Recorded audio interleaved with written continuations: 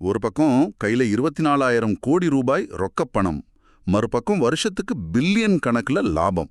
ஆமா, அது மட்டும் இல்லாம இங்கிலாந்து அரசாங்கத்துக்கே சாஃப்ட்வேர் செஞ்சு கொடுக்கற அளவுக்கு பிரம்மாண்டமான புதிய மெகா ஒப்பந்தங்கள். ரைட். இது எல்லாம் கேட்கும்போது இது உலகத்தோட உச்சியில இருக்கிற ஒரு கம்பெனியோட கதைன்னு உங்களுக்கு தோணும். ஆனா பங்குச்சந்தையிலே இதோட நிலவரத்தை பார்த்தா அதல பாதாளத்துல, அதாவது தன்னோட 52 வார சரிவான 1215 ரூபாயை ஒட்டி ரொம்ப பலவீனமா தத்தளிச்சிட்டு இருக்கு. நிஜமாவே இது ஒரு மிகப்பெரிய ஆச்சரியம்தான். நாம பேசிட்டு இருக்கிறது வேற எந்த கம்பெனியும் இல்ல, இந்தியாவின் ஐடி ஜாம்பவான் இன்ஃபோசிஸ் பத்தி தான். இன்னைக்கு நாம மார்ச் 2026ல இருக்கிறோம். இந்த அலசல்ல உங்களை வரவேற்கிறோம். உங்க பங்குச்சந்தை போர்ட்ஃபோலியோல இன்ஃபோசிஸ் ஷேர் இருந்தா நீங்க இப்போ கண்டிப்பா ஒரு பெரிய குழப்பத்துல இருப்பீங்க. ஆமா, ஏன் இந்த மாபெரும் முரண்பாடு? கம்பெனி சூப்பரா பெர்ஃபார்ம் பண்ணுது, ஆனா ஷேர் விலை மட்டும் ஏன் இப்படி அடி வாங்குது? அதுதான் இன்னைக்கு நம்மளோட மிஷன். நம்மிடம் உள்ள தரவுகள், ஆய்வு அறிக்கைகள், டெக்னிக்கல் சார்ட்டுகள் எல்லாத்தையும் ஒன்னு சேர்த்து இந்த முரண்பாட்டுக்கான உண்மையான காரணத்தை இன்னைக்கு நம்ம தோண்டி துருவி பார்க்க போறோம். இது உண்மையிலே சந்தையில இப்போதைக்கு இருக்கிற மிகப்பெரிய புதிர்கள்ல ஒண்ணு. சில நேரங்கள்ல பாத்தீங்கன்னா ஒரு நிறுவனத்தோட உண்மையான வியாபார மதிப்புக்கும் பங்குச்சந்தை அதுக்கு கொடுக்கற விலைக்கும் சம்பந்தமே இருக்காது. கரெக்ட். இன்ஃபோசிஸ் விஷயத்துல இந்த இடைவெளி இப்ப மலை போன பெருசா இருக்கு இல்லையா? கண்டிப்பா. நாம வெறும் பேலன்ஸ் ஷீட்ல இருக்கிற எண்களை மட்டும் பார்க்க போறதில்ல. அந்த எண்களுக்கு பின்னால ஒளிஞ்சிட்டு இருக்கிற மார்க்கெட் சைக்காலஜி, அதாவது சந்தையோட உளவியல் என்ன, உலகளாவிய தொழில்நுட்ப மாற்றங்கள் எப்படி இந்த விலையை நிர்ணயிக்குதுன்னு ஆழமா அலச போறோம். சூப்பர். இந்த கம்பெனியோட எதிர்கால திட்டங்களை பத்தி பேசுறதுக்கு முன்னாடி தற்போதைய நிலவரத்தை தெளிவா புரிஞ்சுக்க வேண்டியது ரொம்ப முக்கியம். எனக்கு இந்த நிலைமையை பார்க்கும்போது எப்படி இருக்குன்னா ஒரு உவமை சொல்றேன். சொல்லுங்க, என்ன உவமை அது? அதாவது பல கோடி ரூபாய் மதிப்புள்ள ஒரு விலையுயர்ந்த சொகுசு கார் ஃபுல் டேங்க் பெட்ரோலோடு என்ஜின்ல எந்த பழுதும் இல்லாம பந்தயத்துக்கு ரெடியா நிக்குது. ஆனா அதோட 4 டயரும் டோட்டலா பஞ்சர் ஆகி கிடக்கு. ரொம்ப பொருத்தமான ஒரு ஒப்பீடு. சந்தை ஏன் இவ்ளோ பெரிய லாபத்தையும் கையில இருக்கிற ரொக்கத்தையும் கொஞ்சம் கூட மதிக்க மாட்டேங்குதுன்னு நீங்க கேக்குறீங்க. ஆமா, இந்த சொகுசு கார் ஓம வழியாவே போவோம். முதல்ல அந்த காரோட என்ஜின் எவ்வளவு வலிமையானதுன்னு டேட்டா வச்சு பார்ப்போம். ரைட்.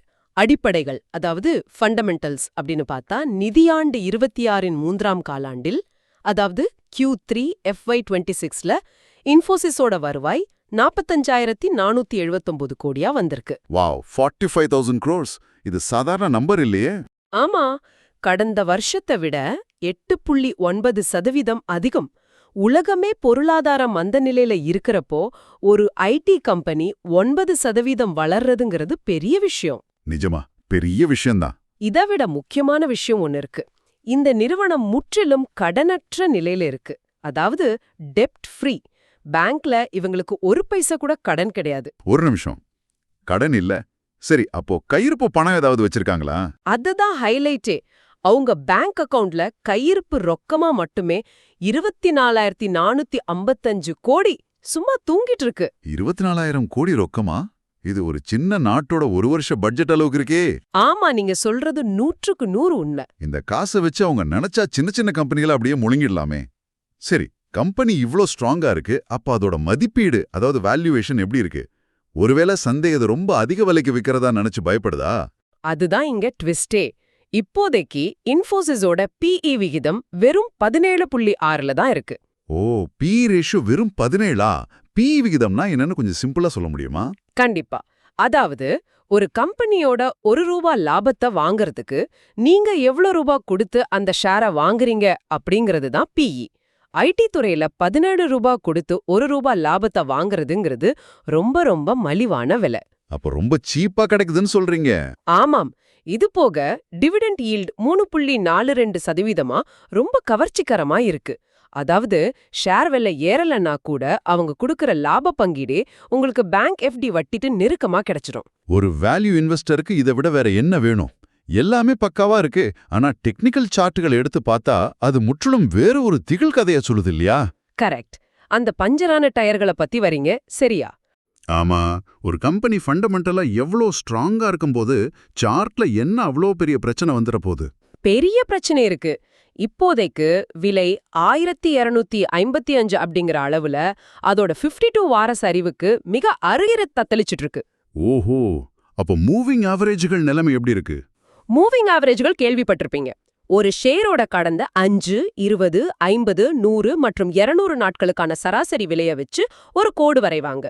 இந்த எல்லா மூவிங் ஆவரேஜ்களுக்கு கீழேயும் இப்போ இன்ஃபோசிஸ் விலை வர்த்தகமாயிட்டு இருக்கு. எல்லாத்துக்கும் கீழேயா? இது ரொம்ப மோசமாச்சு. ஆமா, முக்கியமா 200 நாள் மூவிங் ஆவரேஜ்க்கு கீழே ஒரு ஷேர் போயிடுச்சுன்னா பெரிய மியூச்சுவல் ஃபண்டுகள், அல்காரிதம் ட்ரேடிங் கம்ப்யூட்டர்கள் எல்லாமே ஆட்டோமேட்டிக்கா அதை பேரிஷ் சிக்னலா எடுத்துக்கும். அதாவது இனிமே இது கீழே தான் போகும்னு முடிவு பண்ணி விற்க ஆரம்பிச்சிரும். ஒரு நிமிஷம். அப்போ சந்தையோட வேகத்தை அளவிடும் குறியீடுகள்லாம் என்ன சொல்லுது? பெரிய முதலீட்டாளர்கள் என்னதான் நினைக்கிறாங்க? அந்த குறியீடுகளும் எந்த நம்பிக்கையும் தரல. ரிலேட்டிவ் ஸ்ட்ரென்த் இண்டெக்ஸ், அதாவது RSI, இப்போ 36ல இருக்கு. 36னா ஓவர் சோல்ட் ரேஞ்சு கிட்ட வந்துருச்சே. கரெக்ட். RSIங்கிறது ஷேர் மார்க்கெட்ல வாங்குபவர்களுக்கும் விற்பவர்களுக்கும் நடக்கிற ஒரு கயிறு இழுக்கும் போட்டி மாதிரி. இது 50க்கு மேல இருந்தா வாங்குறவங்க கை ஓங்கி இருக்குன்னு அர்த்தம். 36ல இருக்கிறதால விற்பவர்கள் தான் சந்தையை ஆக்கிரமிச்சிருக்காங்க. அப்போ MACD குறியீடு, MACDங்கிற ட்ரெண்ட் குறியீடும் -55 என்ற எதிர்மறை நிலையில, அதாவது நெகட்டிவ் டெரிட்டரியில இருக்கு. இதெல்லாம் வச்சு பார்க்கும்போது பெரிய முதலீட்டாளர்களோ ஃபாரின் இன்வெஸ்டர்ஸோ இப்போதைக்கு இந்த பங்கை வாங்க தயாராக இல்ல. அவங்க ஏதோ ஒரு பெரிய ஆபத்துக்காக காத்திருக்காங்க போல. நீங்க சொல்றத பார்த்தா கம்பெனி சூப்பரா இருக்கு, ஆனா பெரிய முதலீட்டாளர்கள் ஏதோ ஒரு பெரிய ஆபத்தை மோப்பம் பிடிச்சிட்டு ஒதுங்குறாங்கன்னு தெளிவா தெரியுது. நிச்சயமா டெக்னிக்கலா ரொம்ப வீக்கா இருக்கு. ஆனா இந்த குறுகிய கால டெக்னிக்கல் வீழ்ச்சியை சந்தை உற்று பார்த்து பயந்துட்டு இருக்கிற அதே நேரத்துல இன்ஃபோசிஸ் சத்தமே இல்லாம தன்னோட எதிர்காலத்துக்கான ஒரு பிரம்மாண்டமான வலைய விரிச்சிட்டு வராங்க. ஆமா, அவங்களோட புது ஒப்பந்தங்கள் பத்தி சொல்றீங்க. எக்ஸாக்ட்லி. மார்க்கெட் ஒரு பக்கம் சரிஞ்சாலும் இவங்க வாங்குற மெகா டீல்ஸ் எல்லாம் ரொம்ப மலைக்க வைக்குதே. அத பத்தி கொஞ்சம் சொல்லுங்களேன். இந்த இடத்துல தான் இன்ஃபோசிஸோட உண்மையான மாஸ்டர் பிளான் ஆரம்பமாகுது. Q3 FY26ல மட்டும் $4.8 பில்லியன் மதிப்பான ஒப்பந்தங்களை அவங்க கையெழுத்து வாங்கியிருக்காங்க. $4.8 பில்லியன்? இது சாதாரண அமௌண்ட் இல்ல. ஆமா, கடந்த 9 காலாண்டுகள்ல இதுதான் மிக அதிகபட்சம். இதுல கவனிக்க வேண்டிய முக்கியமான விஷயம் என்னன்னா, இதுல 57% முற்றிலும் புதிய ஒப்பந்தங்கள், அதாவது நெட் நியூ டீல்ஸ். ஓ, அதாவது ஏற்கனவே இருக்கிற வாடிக்கையாளர்கள் ஒப்பந்தத்தை நீட்டிக்கல, புதுசா நிறைய கம்பெனிகள் இன்ஃபோசிஸை தேடி வந்திருக்காங்கன்னு சொல்றீங்க. கரெக்ட். அந்த இங்கிலாந்து ஒப்பந்தத்தை பத்தி நான் நிறைய படிச்சேன். அக்டோபர் 2025ல இங்கிலாந்தோட தேசிய சுகாதார சேவை UK NHS நிறுவனத்தோட $1.6 பில்லியன் மதிப்பிலான ஒப்பந்தம் போட்டிருக்காங்க இல்லையா? ஆமா, அது ஒரு கேம் சேஞ்சர் டீல். ஒரு நாட்டோட ஒட்டுமொத்த அரசாங்க சுகாதார கட்டமைப்போட பேரோல் சிஸ்டத்தை அடுத்த 15 வருஷத்துக்கு இவங்க தான் நிர்வகிக்க போறாங்களாம். 15 வருஷ கான்ட்ராக்ட், இது சாதாரண விஷயம் இல்லையா? இது அடுத்த ஒரு தசாப்தத்துக்கான வருமானத்துக்கு கேரண்டி இல்லையா? நிச்சயமா கேரண்டி தான். ஒரு அரசாங்கத்தோட முக்கிய கட்டமைப்பை 15 வருஷத்துக்கு நிர்வகிக்கிறாங்கன்னா கஸ்டமர் அவங்கள விட்டு அவ்வளோ சீக்கிரம் போக மாட்டாங்கன்னு அர்த்தம். ஆனா இந்த பழைய மாடல் IT பிசினஸை தாண்டி இவங்க பண்ற இன்னொரு பெரிய விஷயம்தான் மார்க்கெட்டை யோசிக்க வைக்குது. அது என்ன விஷயம்? அதுதான் AI, செயற்கை நுண்ணறிவு. கரெக்ட். இப்போ தொழில்நுட்ப உலகத்துல AI என்ற வார்த்தையை சொல்லாம எந்த பேச்சும் நிறைவடைறதே இல்ல. இன்ஃபோசிஸ் இந்த AI ரேஸ்ல என்ன பண்ணிட்டு இருக்காங்க? ஏன்னா இவங்க பாரம்பரியமா சாஃப்ட்வேர் கோடிங் பண்றவங்காச்சே. அவங்க தங்களுடைய வியூகட்டியே மொத்தமா மாத்திட்டாங்க. AI ஃபர்ஸ்ட் அப்படிங்கிற புதிய தாரக மந்திரத்தை கையில் எடுத்திருக்காங்க. AI ஃபர்ஸ்ட், அதாவது எல்லாத்துலயும் முதல்ல AIயா? ஆமா, சும்மா பேருக்கு AIன்னு சொல்லாம டோபாஸ் ஃபேப்ரிக் மற்றும் ஹெக்ஸகன் ஃப்ரேம்வொர்க் அப்படின்னு 2 பிரம்மாண்டமான டெக்னாலஜி கட்டமைப்புகளை உருவாக்கியிருக்காங்க. ஓஹோ, இதோட இலக்கு என்னவா இருக்கும்? 2030க்குள்ள உலகளாவிய AI சந்தை 300 முதல் 400 பில்லியன் டாலர்களை தொடும்னு கணிக்கப்பட்டிருக்கு. அதுல ஒரு பெரிய சிங்கப்பங்கு தாங்கள் பிடிக்கணுங்கிறது தான் அவங்களோட இலக்கு. அதற்கான வேலைகளை ஆரம்பிச்சிட்டாங்களா? கண்டிப்பா. இப்போதைக்கு அவங்களோட முன்னணி 200 வாடிக்கையாளர்கள்ல 90% பேரிடம் 4600க்கும் மேற்பட்ட AI ப்ராஜெக்டுகளை இன்ஃபோசிஸ் ஏற்கனவே செஞ்சுட்டு இருக்காங்க. ஒரு நிமிஷம், இங்கதான் எனக்கு ஒரு பெரிய சந்தேகம் வருது. இது கொஞ்சம் ஆழமா பார்ப்போம். சொல்லுங்க, என்ன சந்தேகம்? வரப்போற நிதியாண்டு 27ல, அதாவது FY 27ல AI சார்ந்த வேலைகளுக்காகவே 20,000 புதிய பட்டதாரிகளை வேலைக்கு எடுக்க திட்டமிட்டுள்ளதா தகவல்கள் சொல்லுது. ஆமா, ஃப்ரெஷர்ஸ் ரெக்ரூட்மெண்ட். சந்தையில எல்லாரும் என்ன சொல்றாங்க? AI வந்துருச்சு, அதுவே தானா கோடிங் பண்ணிடும், மனிதர்களோட தேவையே இனிமேல் IT துறையில இருக்காதுன்னு சொல்றாங்க.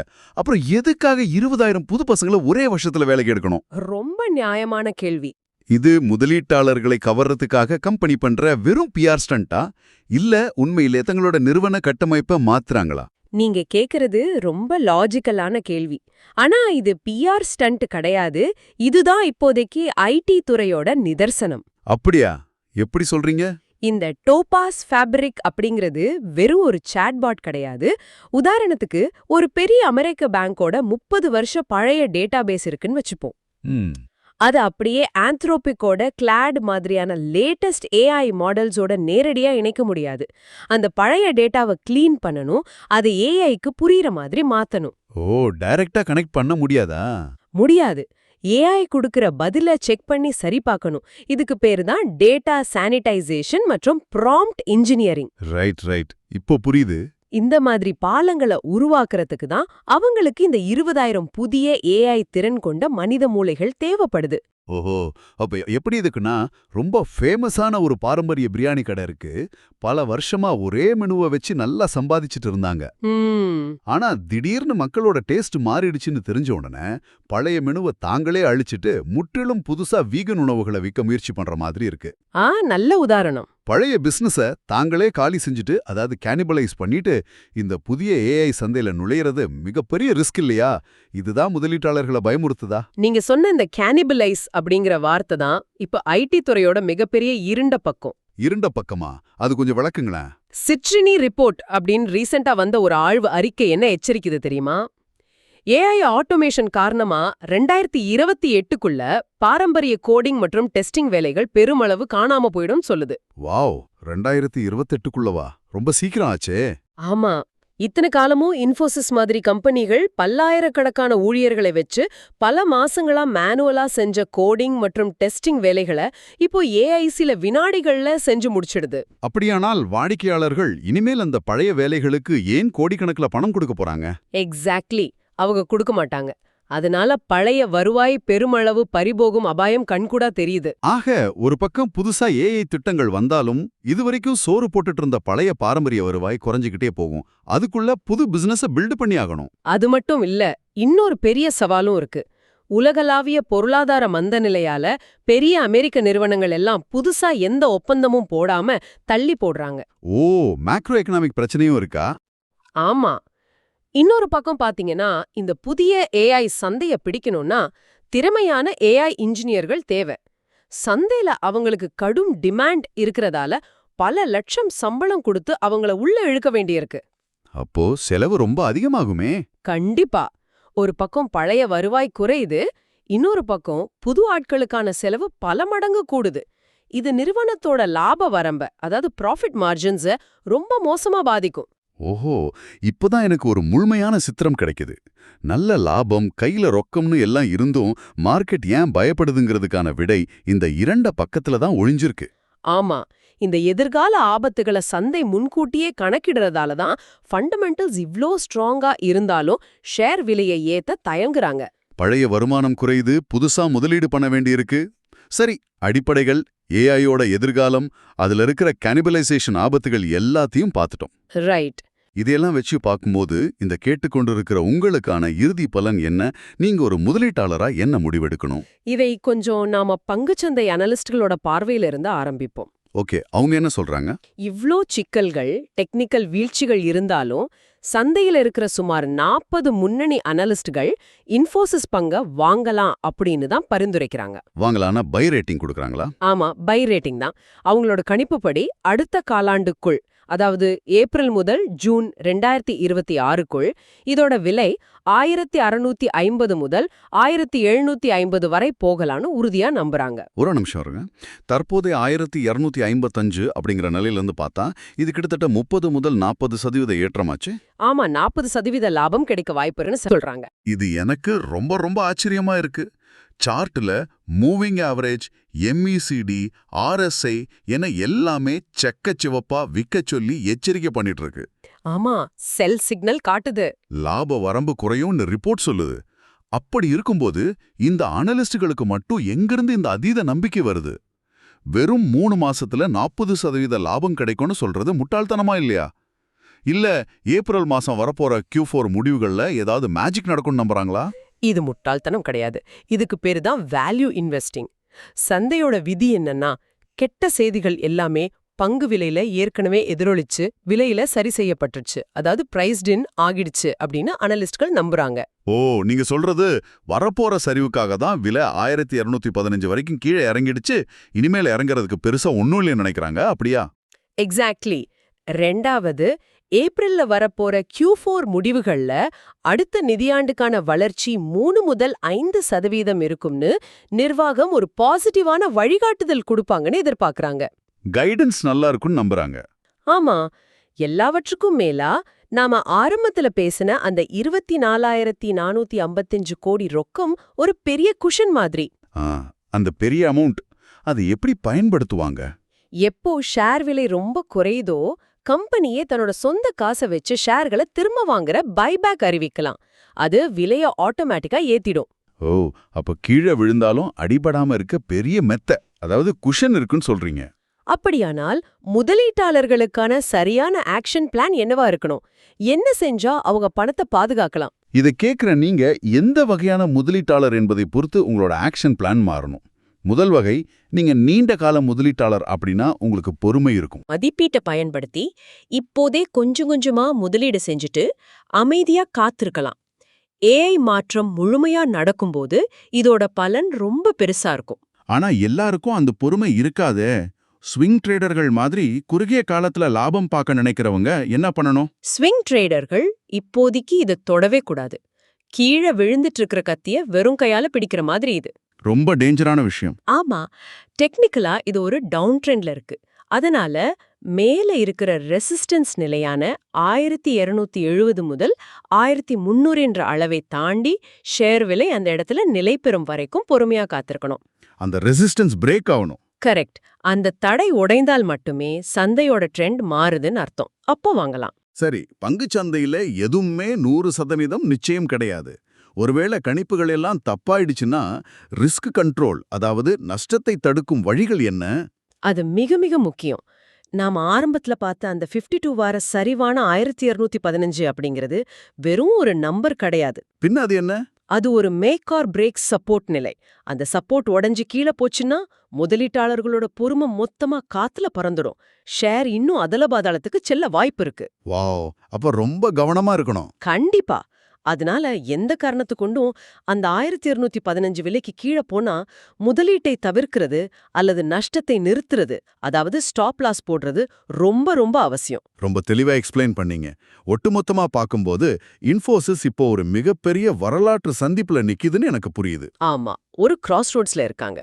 குறுகிய கால சாட் பலவீனங்களை எதிர்த்து போராடிட்டு எதிர்கால தொழில்முறை AI சந்தையில தங்களை நிலைநிறுத்திக்க போராடுறாங்க. அந்த பஞ்சரான டயர்களை கழட்டி வீசிட்டு புதிய AI டயர்களோட பந்தயத்துல மீண்டும் சீரிப்பாயுமா அப்படிங்கறத நம்ம பொறுத்திருந்தா பார்க்கணும். நிச்சயமா.